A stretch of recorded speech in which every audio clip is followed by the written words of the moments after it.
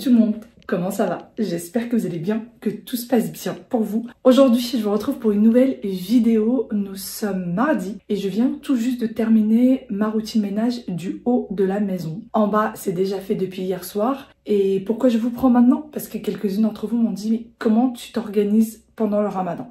Eh bien, pendant le ramadan, la première chose que je vais faire, c'est ranger tout le haut de la maison avant même de descendre. Pour ce qui est des enfants, c'est mon mari qui les emmène à l'école. Et pour être sincère avec vous, si c'était moi qui les emmenais à l'école, je pense que je les ai ramenés et que je serais rentrée faire une petite sieste.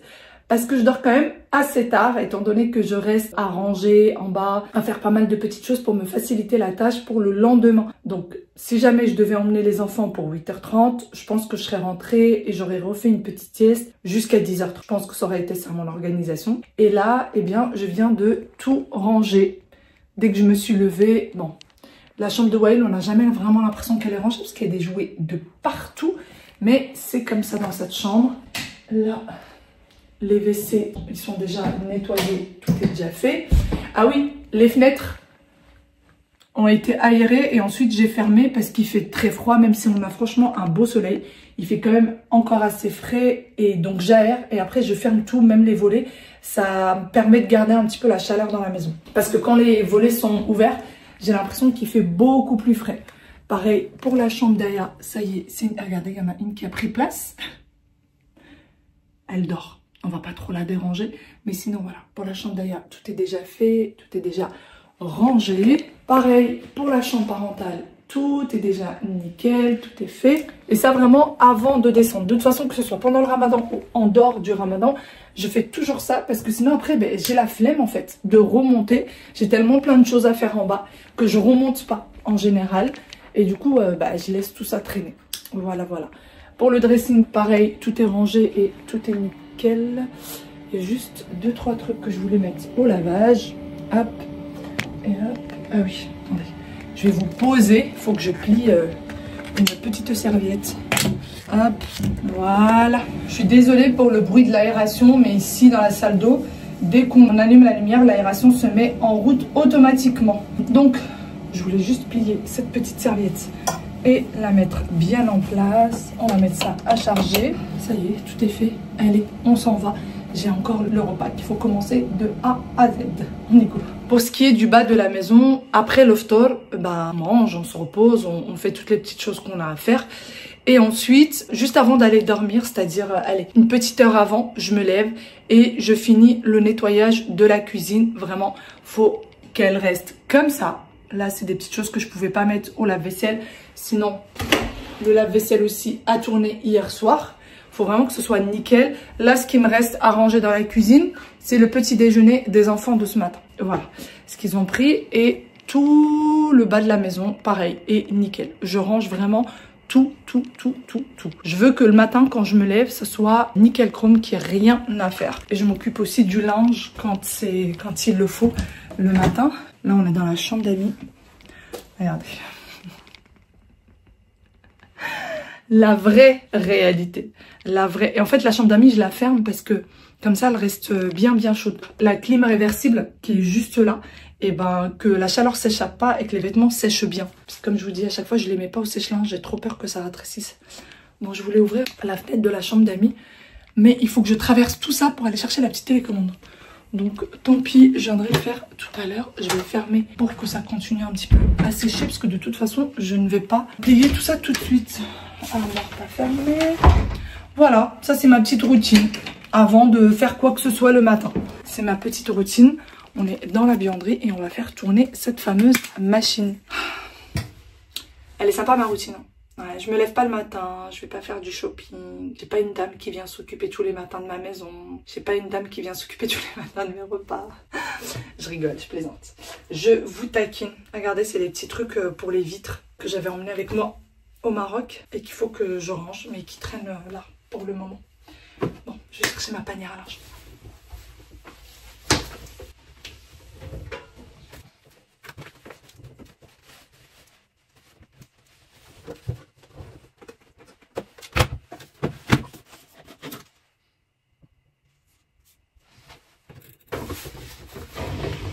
Première chose qu'il faut faire, très important, c'est de mettre un podcast. Pour faire passer un petit peu le temps, les écouteurs dans les oreilles. Je sais que c'est pas le top, il faut éviter au maximum. Mais vu que je suis souvent seule, ça m'accompagne. Allez, on va mettre un petit podcast. Depuis ce matin, je suis dans le calme le plus total.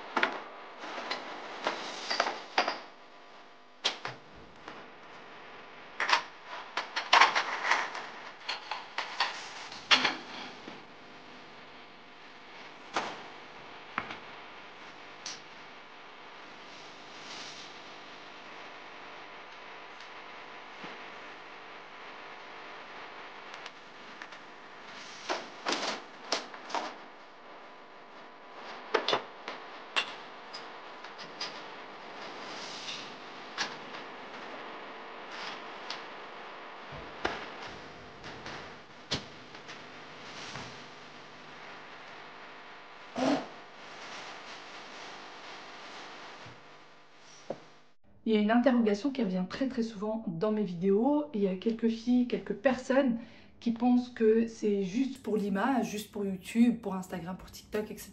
Et je voulais juste préciser ça. Est-ce que je suis vraiment comme ça? Est-ce que j'ai besoin de toujours tout ranger comme ça?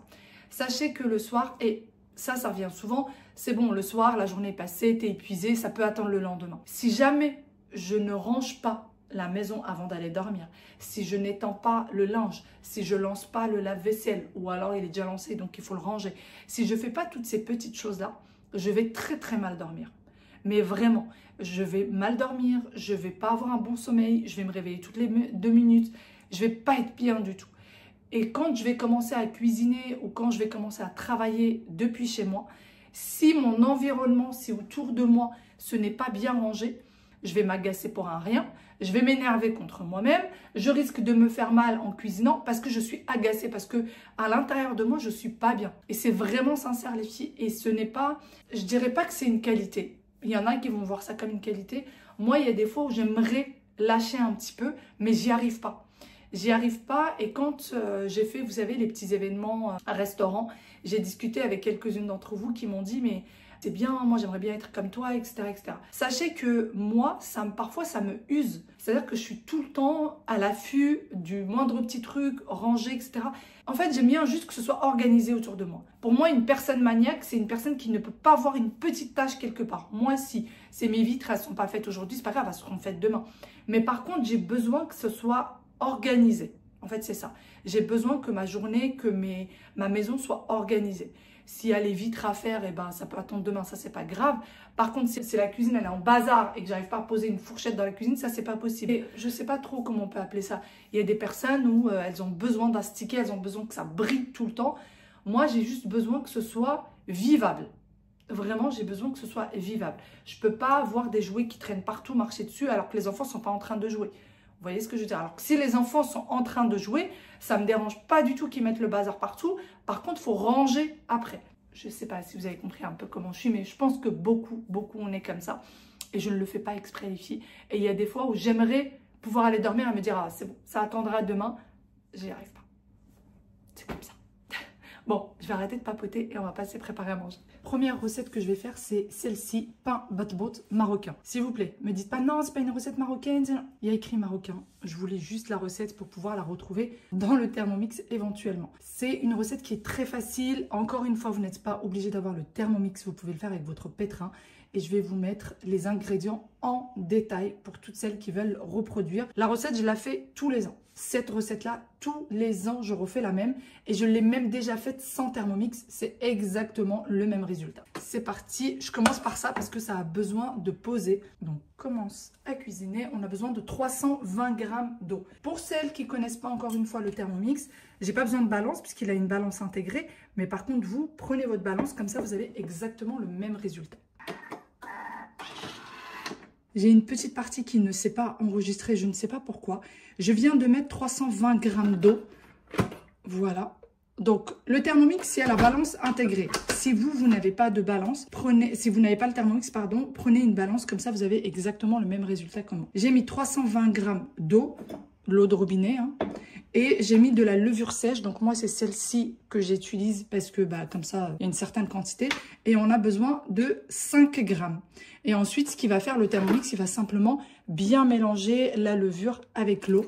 Question à ce que ça ne soit pas granulé, mais ça, vous pouvez le faire juste à la main. Je vais retirer d'ailleurs la levure qui est restée sur les couteaux. Et voilà. Donc, c'est la seule étape qu'on a fait pour le moment. Et il va mélanger ça pendant 3 minutes, 37 degrés. Donc, vous, 37 degrés, vous faites ça juste normalement, quoi. Vous prenez la levure et vous la mélangez bien. Ou alors, vous la laissez un petit peu poser dans l'eau. On va continuer du coup la recette. Et on a besoin de 250 g de farine. Il va falloir que je remette un petit peu de farine parce que ça va trop vite.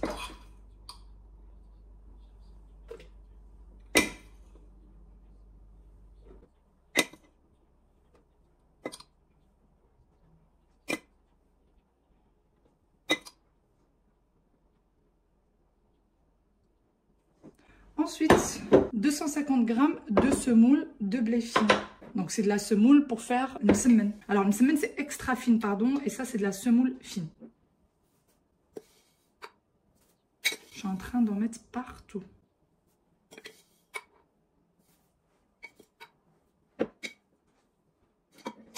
Du sel. Et c'est parti. Il va falloir tout pétrir pendant 5 minutes.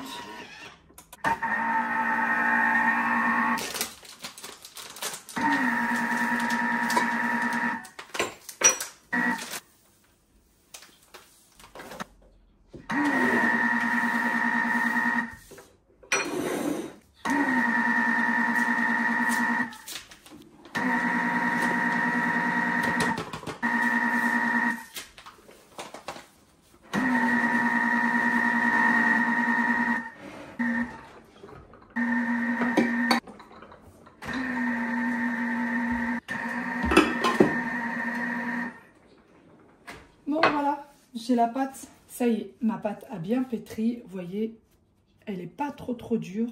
Elle est quand même assez molle. Là, elle n'est pas trop collante parce que j'ai mis de la semoule autour. Mais quand vous allez la sortir, elle va être un petit peu collante, ce qui est complètement normal.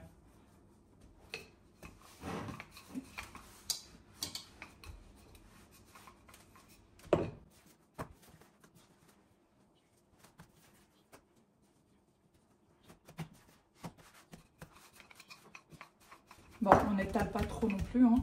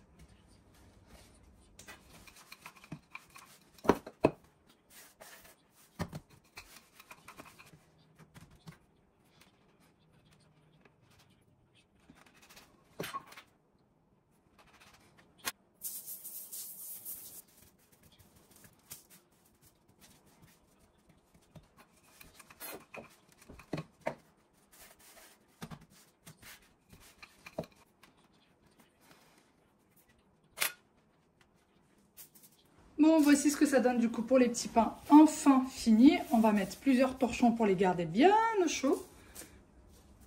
Jusqu'au moment où ça va lever un petit peu pour pouvoir venir les faire cuire. Voilà. Je vais commencer la farce qui va être très facile. J'ai besoin d'oignons, une gousse d'ail et mon petit mixeur. Pourquoi est-ce que je ne mixe pas avec le Thermomix? Parce que celui-ci il est petit et que c'est vite fait. Voilà. Le Thermomix je le laisse pour les choses un peu plus volumineuses. On va dire ça comme ça. C'est une recette qui m'a été demandée par Wawil, donc mon petit garçon et son papa.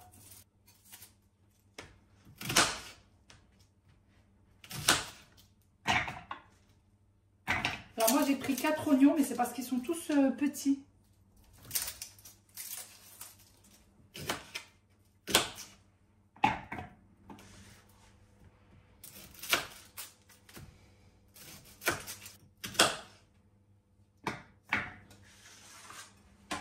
Je vais également rajouter la gousse d'ail à l'oignon, comme ça j'aurai pas besoin de sortir mon écrase-ail.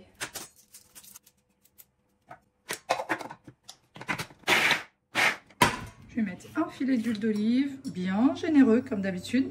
Et je vais y rajouter l'oignon et l'ail que j'ai mixé.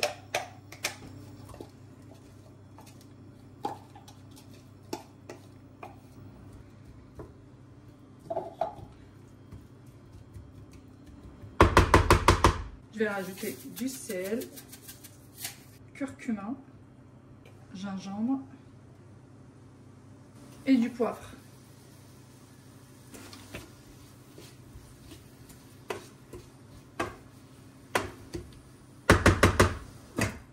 J'ai pris des tomates cerises et du persil. Alors les tomates cerises c'est beaucoup plus goûteux, mais si vous n'en avez pas, prenez des tomates, une tomate lambda que vous venez couper. Donc là le persil je vais le hacher pareil dans le mâchoire. Je laisse de côté et les tomates cerises je vais venir les couper. Alors celles-ci elles sont assez grosses quand même, donc je vais les faire en 4, mais sinon juste en 2 ça suffit. Voilà. Une petite tomate qui se fait la main.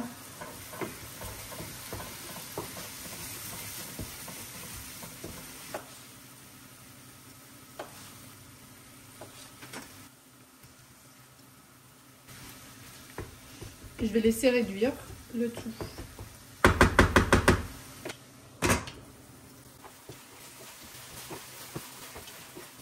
Je vais rajouter la viande hachée.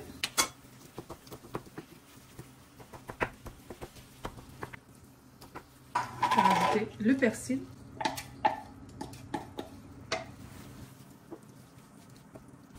Je vais rajouter des olives, mais ça c'est vraiment facultatif. Moi je rajoute toujours des olives parce que nous on ne mange pas piquant. Et par contre les olives ne sont pas trop piquantes et en plus de ça on aime ça. Donc je mets des olives piquantes pour relever un petit peu le goût, tout simplement. Chez nous on n'achète jamais d'harissa, on n'achète jamais de piquant.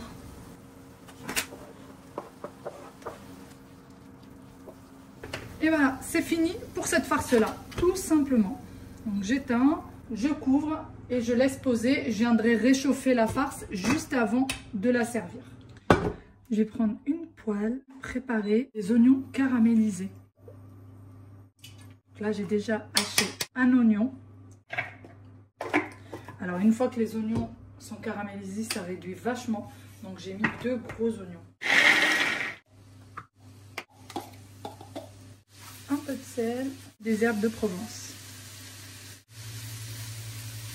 Vraiment faire un feu très doux.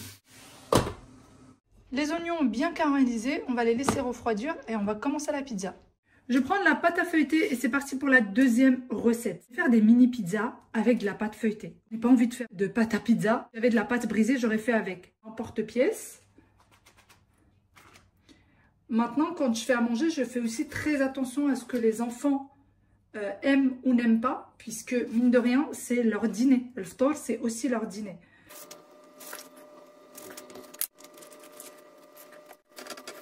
Ça nous fera des petites pizzas feuilletées. Et c'est franchement très bon. Hop.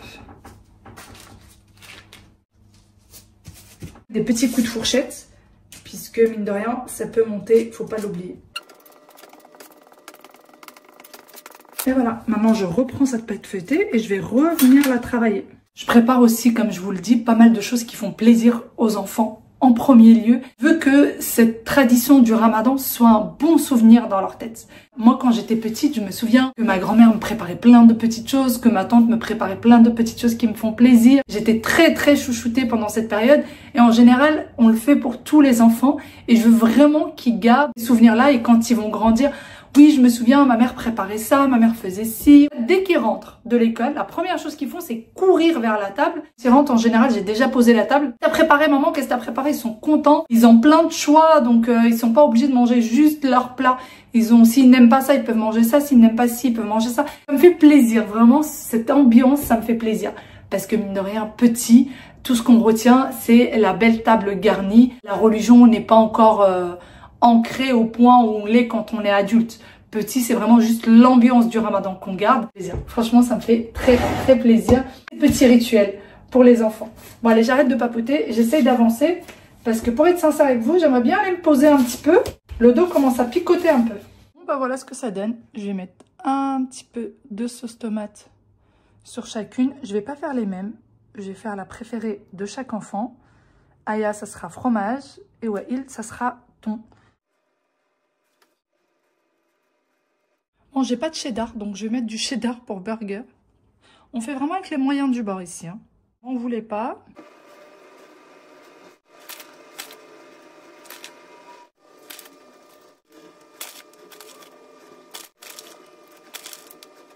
Pour moi, la meilleure pizza au fromage, c'est sauce tomate, cheddar, comté, mozzarella et le fromage bleu. Mais malheureusement, je peux pas en mettre puisque sinon ça va pas être mangé. Donc là, j'ai mis cheddar, mozza et comté. Sur les autres, je vais rajouter les oignons qui ont bien refroidi. Alors, je ne mets pas de fromage. Vous pouvez rajouter du fromage. Mon fils n'aime pas du tout le fromage dans sa pizza. Donc, je n'en mets pas.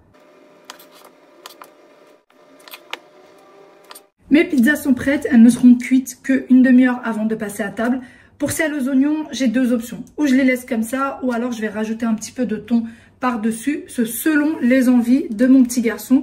On verra bien, mais au moins, ça c'est fait. Je les mets de côté et j'attends l'heure du ftour pour les faire cuire. Je viens de sortir le mélange des briques que j'ai fait il y a 2 jours de ça et qui est resté au frais parce que je voulais pas tout utiliser. Je savais que ça allait pas être mangé.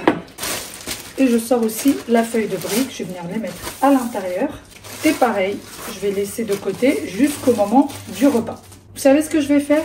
On va changer un petit peu. Je vais pas faire le même feuilletage. Venez, je vais vous montrer le feuilletage qu'on va faire. Bon, déjà pour commencer, la feuille de brique, elle est grande comme ça. Moi, je viens et je coupe en deux toutes les briques. Ensuite, la moitié, on la plie en deux. Je vous ai montré un premier feuilletage il y a 2 jours de ça qui était extrêmement facile.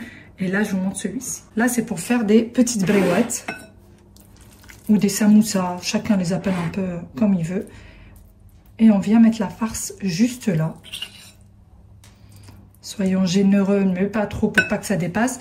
Et là, vous voyez, le coin, il est vide. Donc, le coin qui est vide, on vient faire un triangle. En fait, ici, il faut que ça fasse un triangle. Donc, il faut que ça fasse ça. Vous voyez? Et on prend ce bout-là. On serre un petit peu la farce qui va sortir ici. Et on va aller faire un triangle de ce côté. Et ainsi de suite. Une fois, ça fera un triangle ici. Et une fois, ça fera un triangle de l'autre côté.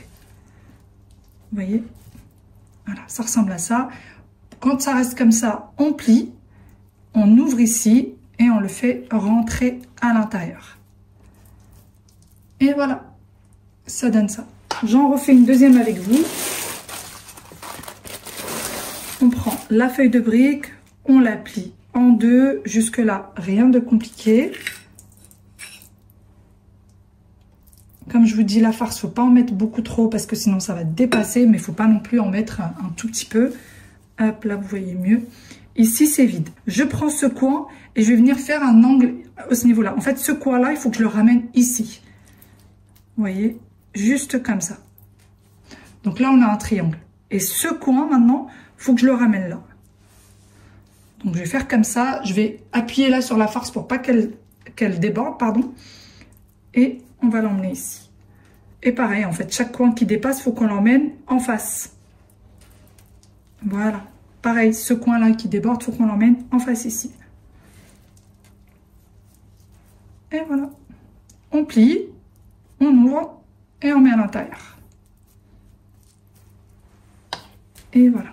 La feuille des briques durcit très très vite. Moi, je ne vais pas faire cuire ça maintenant. Donc, ce que je vais faire, c'est que je vais la mettre dans un sachet alimentaire. Je mets le tout comme ça et je fais cuire au moment où j'en ai besoin. Et quand vous faites comme ça ne durcit pas, ça reste comme si c'était dans son sachet. Bien sûr, il faut bien fermer le sachet. Moi, je vais le fermer une fois que j'aurai terminé toute la farce.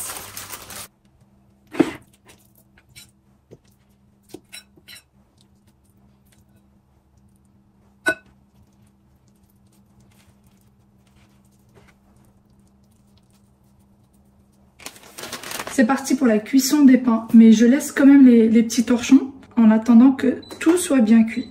On va attendre que la poêle soit bien chaude aussi.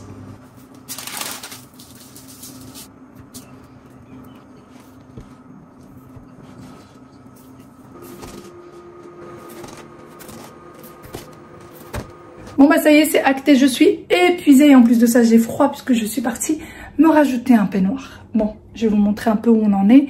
Là, il est très exactement 17h50. Il faut que j'allume le four absolument et que je commence à faire cuire le tout. J'ai déjà commencé à poser la table. Bon, j'ai levé les rideaux parce qu'il y a l'aspirateur robot qui est en train de passer.